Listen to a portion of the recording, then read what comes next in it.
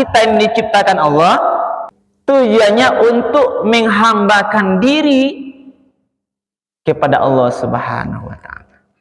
Patuh, taat. Ini sasarannya. Berarti kalau ada manusia yang setelah dia diciptakan oleh Allah, dia tidak menyembah Allah, dia engkar pada Allah, durhaka pada Allah, melalaikan perintah Allah, atau dia melaksanakan yang dilarang oleh Allah, berarti dia sudah keluar dari makna hakikat penciptaan manusia. Tilah salah kerajaannya. Bismillahirrahmanirrahim. Assalamualaikum warahmatullahi wabarakatuh. Alhamdulillahirabbil alamin, alladzi ahyana ba'dama amatana wa ilaihin nusyur. Asyhadu an la ilaha illallah wahdahu la syarikalah wa asyhadu anna Muhammadan abduhu wa rasuluh sallallahu alaihi wasallam la nabiyya ba'dah. Faqala Allah ta'ala fil Qur'anil Karim, a'udzu billahi minasy syaithanir rajim. Bismillahirrahmanirrahim. Wa ma khalaqtul jinna wal insa illa liya'budun. Shadaqallahul azim. Bapak-bapak, ibu-ibu, hadirin kaum muslimin, jemaah salat fardhu subuh yang dimuliakan oleh Allah. Pertama dan utama sekali adalah kita sama-sama menyampaikan kalimat puji dan syukur alhamdulillahirabbil alamin. Segala puji bagi Allah Tuhan semesta alam, karena pada subuh yang penuh berkah hari ini kita bersama-sama masih diberikan nikmat iman, diberikan nikmat kesehatan, kesempatan, kemudahan-kemudahan oleh Allah, sehingga kita masih bisa melangkahkan kaki dan mengayunkan tangan kita beribadah salat subuh secara berjamaah di masjid yang sama-sama kita cintai ini. Mudah-mudahan seluruh niat ikhlas kita beribadah pagi ini diterima dan dibalas oleh Allah Subhanahu wa taala dengan pahala yang berlipat ganda. Amin ya rabbal alamin. Kemudian salat beriring salam kita doakan kepada Allah, semoga disampaikan kepada Nabi kita Nabi Muhammad sallallahu alaihi wasallam. Allahumma shalli ala Sayyidina Muhammad wa ala ali Sayyidina Muhammad. Rasul telah meninggalkan Al-Quran dan sunnahnya sebagai dua pedoman hidup bagi kita yang akan menyelamatkan kita dari kehidupan dunia yang sementara ini sampai nanti kehidupan yang kekal abadi di akhirat kelak. Karena itu jemaah subuh yang dimuliakan Allah, mari kita selalu istiqamah untuk menjadikan Al-Quran dan sunnah-sunnah Rasul itu betul-betul sebagai pedoman dalam menjalani seluruh aktivitas kita. Ibu bapak para jemaah yang dimuliakan Allah, pagi subuh ini dasar tausiah kita adalah Al-Quran surat Az-Zariyat, surat yang ke-51 ayat 56. Surat Az-Zariyat ayat 56. Ayat kok pasti acok tadanga deh ibu dong apa? Bunyinya jelas, pemahamannya insya Allah bisa kita pahami dengan mudah ibu bapak. Nah, ayat ini ibu bapak menyampaikan kepada kita hakikat atau tujuan nan sabananya Allah menciptakan kita manusia termasuk jin gitu. Apa tujuan sabana ku awak diciptakan ibu dong? Nah, apakah hanya untuk bersenang-senang, untuk mencari fasilitas dunia dengan segala kemewahannya, atau ada tujuan lain? Maka ini harus ulang-ulang ibu apa agar awak tahu sebenarnya awak kok kama awak sebenarnya. Sebagai manusia ini Allah ciptakan dari ndak ada ibu apa kita lahir dari rahim ibu kita, orang tua kita itu ada tujuan maksud Allah. Maka jangan sampai lari wak dari situ ibu apa. Lari dari hakikat tujuan kita diciptakan oleh Allah. Nah, kita ulang ayatnya ibu apa? A'udzubillahi minasyaitonirrajim. Bismillahirrahmanirrahim. Wa ma khalaqatul jinna wal insa illa liya'budun.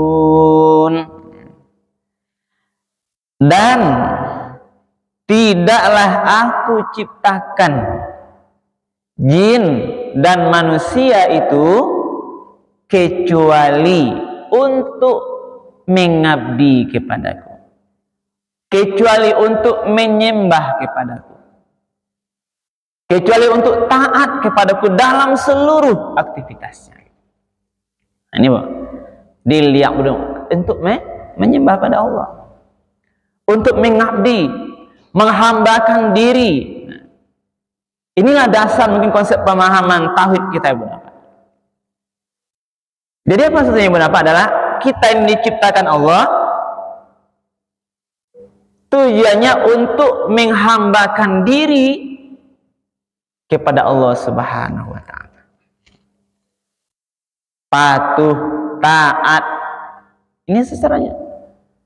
Berarti kalau ada manusia yang setelah dia diciptakan oleh Allah dia tidak menyembah Allah, dia engkar pada Allah, durhaka pada Allah, melalaikan perintah Allah, atau dia melaksanakan yang dilarang oleh Allah, berarti dia sudah keluar dari makna hakikat penciptaan manusia.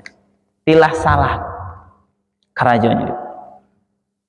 Inilah benar. Maka mari di subuh yang penuh berkah ini sama-sama ulang-ulang ibu doa apa? Wa kana balia. Itulah tujuan kita. Maka kita perlu beramal mengabdi kepada Allah itu Bapak. Amal kita itu kuncinya harus ikhlas. Nah, ini lagi. Jadi walaupun kita sudah laksanakan yang diperintah Allah, itu harus ada juga sandanya harus ikhlas. Walaupun awak disuruh sholat subuh-subuh ke masjid, kita harus jaga nilai-nilai keikhlasan hati. Kita berinfak, kita jaga nilai-nilai keikhlasan hati. Ikhlas sekolah yang juga harus terus asah. Kita update, kita ulang-ulang agar jangan nanti amal yang kita lakukan ini sia-sia, tidak bernilai nanti di sisi Allah, apalagi nanti tidak berguna untuk kita dalam urusan kita di akhirat kelak. Nah, itulah ikhlas beramal. Dalam satu hadis Rasul menyampaikan, innamal a'malu binniyat. Seluruh amal perbuatan waktu baru akan dinilai oleh Allah dalam proses pengabdian kita ini bukan apa? Itu tergantung kepada niatnya. Apa tujuan beramal itu tergantung kepada niatnya. Ikhlas atau tidak? Dia beramal apakah mungkin nanti karena ingin dilihat orang lain, ria, atau mau didengar orang lain, sum'ah. Nah, itu Bu. Ada kata-kata ikhlas, ada ria, ada sum'ah. Makna ikhlas yang harus jaga, Bu, ikhlas. Ikhlas ini kalau diterjemahkan pemahaman yang mudah paham apa? Sama dengan air yang bening. Nah, bening tanpa noda. Di air, Bu, airnya bening. Tidak putih dah, tidak coklat, tapi bening, tidak bernoda. Berarti murni lillah, ibadah seluruh yang awak lakukan tuh kepada Allah. Tak boleh ada niat karena orang lain. Kalau ada tanya ada ibadah itu ingin dilihat orang lain atau ingin didengar orang lain, maka itu namanya sudah tidak ikhlas lagi, tercoreng.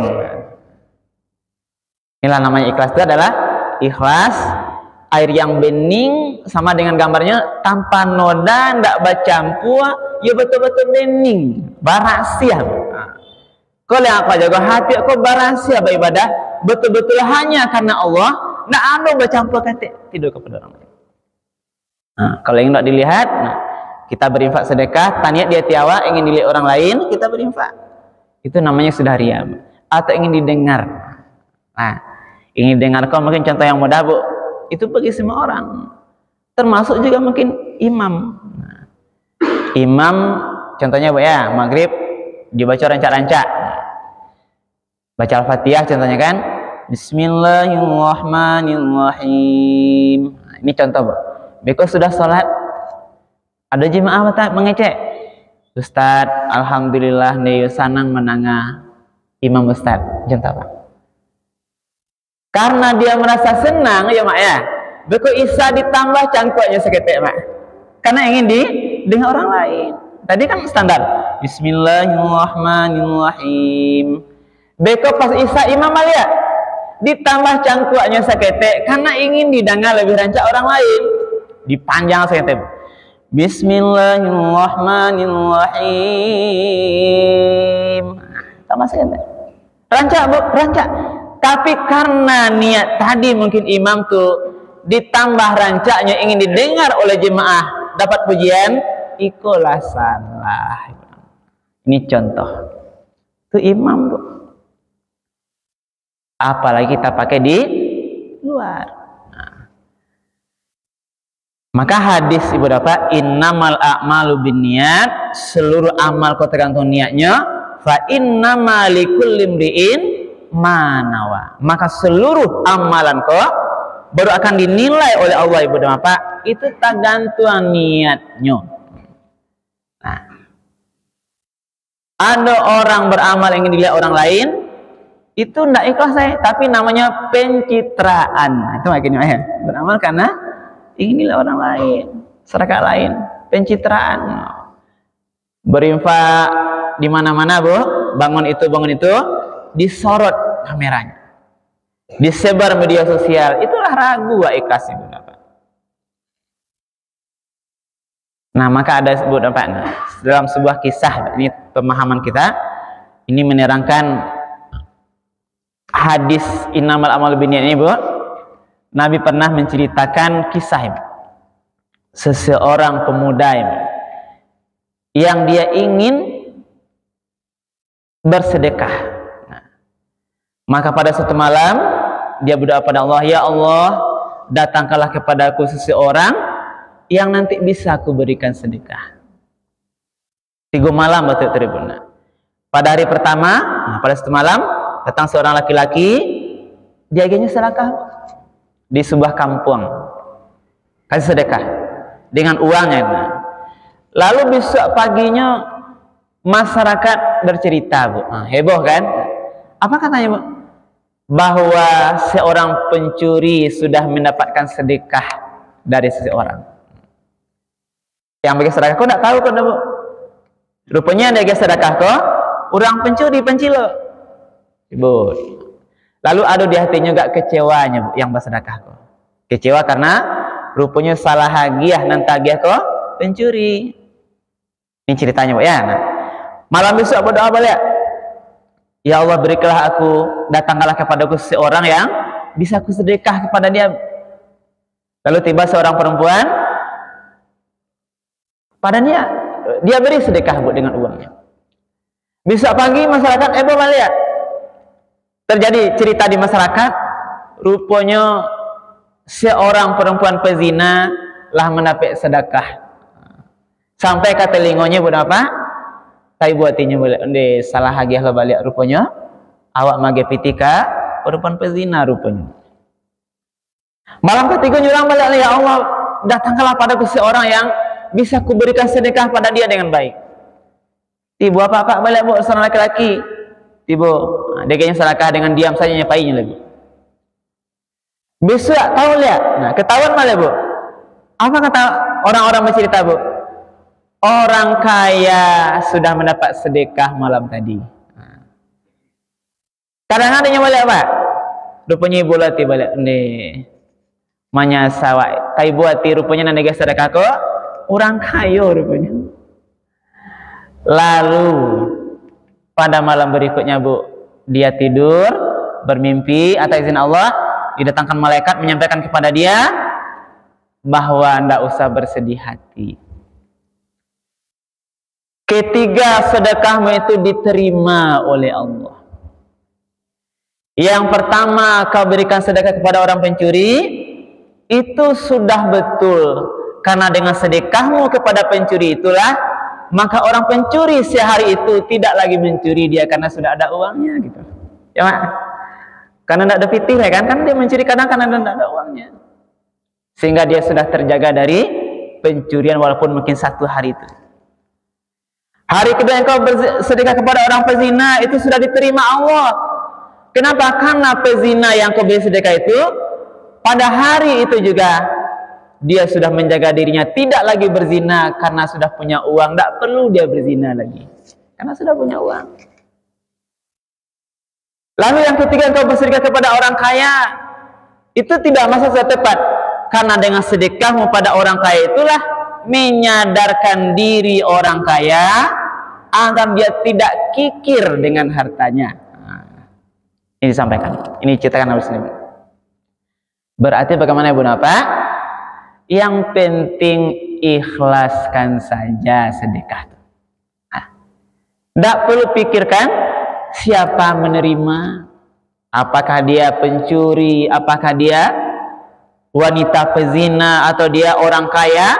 Pokoknya ada niat bersedekah, niat itulah dihitung nilai pahala di awal.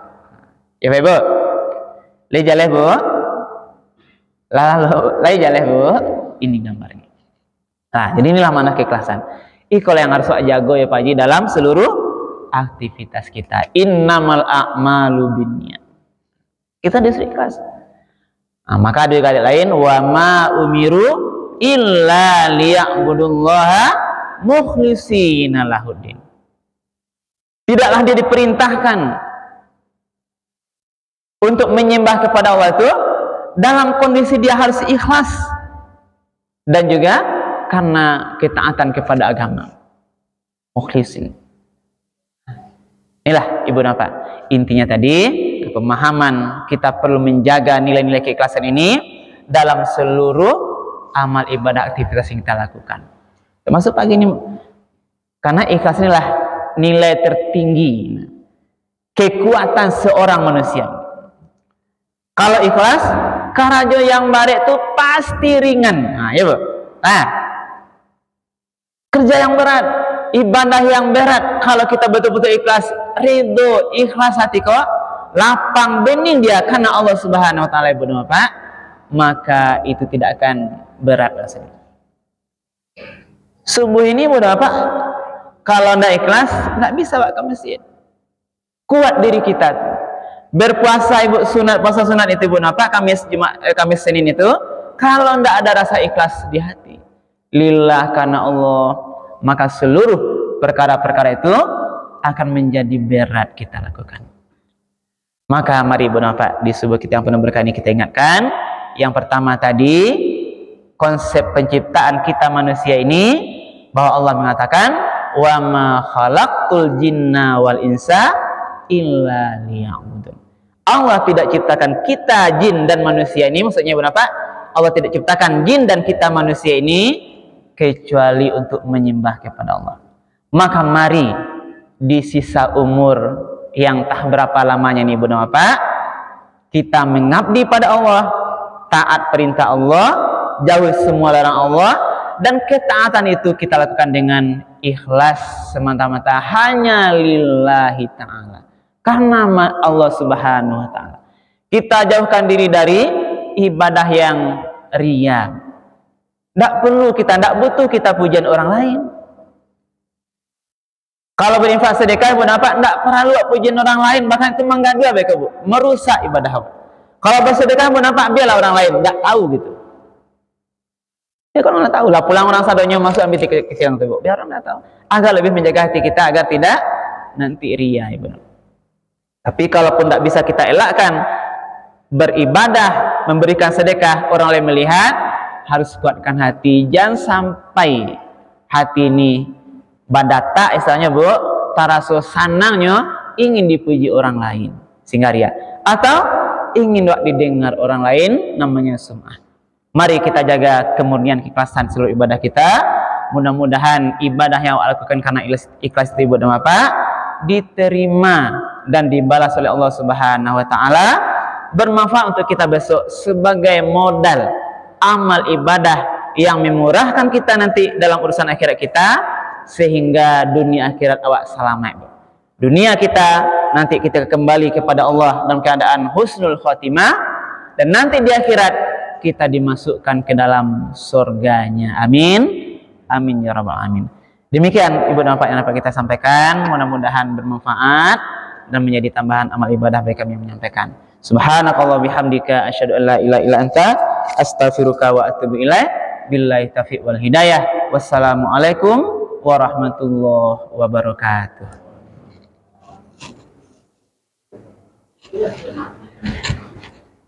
Mak. Oh, ikhlas. Ikhlas insyaallah, Mak. Kalah menang ikhlas.